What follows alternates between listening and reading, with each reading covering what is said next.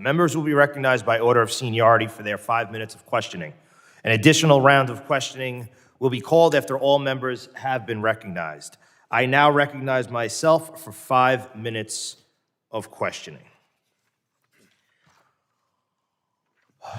County Executive Blakeman, the major difficulty that communities are facing in New York is where to house migrants. The state of New York's right to shelter law requires cities to provide anyone experiencing homelessness with a bed. At one point, the Nassau Coliseum, right in the heart of Nassau County in my district, was identified as the potential site for housing migrants by New York City officials. However, you have been crystal clear that Nassau County is not a sanctuary county and will not be offering housing or other services to migrants. I know you mentioned it briefly in your opening statement, but can you please elaborate on that decision for a minute? Well, I think we anticipated early on the problems with the current migrant policy, which many of our residents find to be absolutely bizarre. First of all, we're letting people into the country that we have no idea who they are, where they came from, whether or not they're entitled to asylum status because they haven't had a hearing. And what we've seen is a surge in crime, and we've seen situations where with our firefighters, our volunteer firefighters in Nassau County, we've seen homes that are meant for one family with as many as 8 families in them, which creates a terrible public health crisis and the potential for the types of tragedies in a fire that the gentleman who represents our firefighters mentioned. So we have made a determination not to be a sanctuary county, but that doesn't mean that we're immune to the issues. As I mentioned, the individual that tried to come into our county with enough fentanyl to kill 3 million people was from the Bronx, where they have a sanctuary city program. And they migrate, no pun intended, into Nassau County. They commit crimes, and it's a real burden on our public safety. Our county police department, we've had to reinforce with additional members. We, under my administration, hired 100 new police officers. I am flying back this afternoon to Nassau County, where I'm promoting new police officers because we need more superior officers.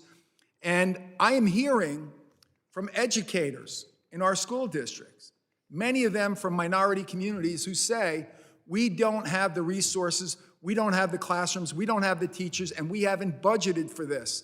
So we made a decision in Nassau County not to take part in any sanctuary program, and I think we made the right decision, especially when you see what's going on in New York City and other parts of the country. I agree, but I think it's crystal clear that the policies set forth by cities like New York City are plaguing other communities that surround them, whether or not they are sanctuary counties or cities or not.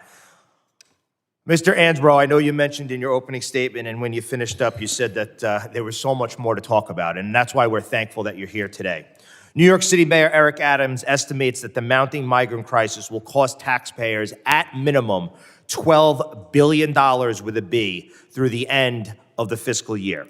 As such, he has recently announced sweeping budget cuts across the city, and I know you mentioned some of them in your opening statement, but can you please go into a little bit further detail in the next minute and a half how these budget cuts will affect the FDNY and its ability to serve the people of the city of New York and all who visit? Thank you. As I recommended, we would having mandatory staffing cuts in engine companies. That's one issue. One of the other issues we're having is they're reducing training. For our members, we're supposed to have, I believe, 100 hours of training per year. They have to cut the amount of training we're going to do. They're taking offline positions and moving them, putting all the offline positions back in the field. A lot of these are training positions, research positions, new tactical positions. Issues that are affecting my members is they have, traditionally we always have members that are injured due to the nature of our work. There are approximately 8,000 firefighters. There's about 1,000 of them currently on light duty. Some of them have 9/11 related illnesses. They've taken the position that they're going to alter the reasonable accommodation policy to limit the number of jobs and start forcing members out that are injured that they can't find a job for. There's approximately 500 offline jobs, and they're looking to limit the RA positions to 125 and basically excess everyone above that number. So we're going to have senior members of the fire department that get injured, get told they're not going back to work, and the fire department saying, well, we used to have jobs for you in training or in R&D, but we're out of positions, now you're going to have to leave. So there's going to be a brain drain in the fire department, and they basically, they're going to balance the budget on the backs of injured firefighters. So contrary to the comments of many of those that are imposing these budget cuts, it is very clear that they will have devastating effects to the operations of one of the greatest fire departments in the world. Well, they've already cut staffing in 10% of engine companies, and I made it clear that we don't have the money to increase our capabilities in counterterrorism activities and training. Thank you.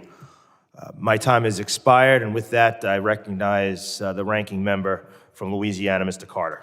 Mr. Chairman, thank you very much.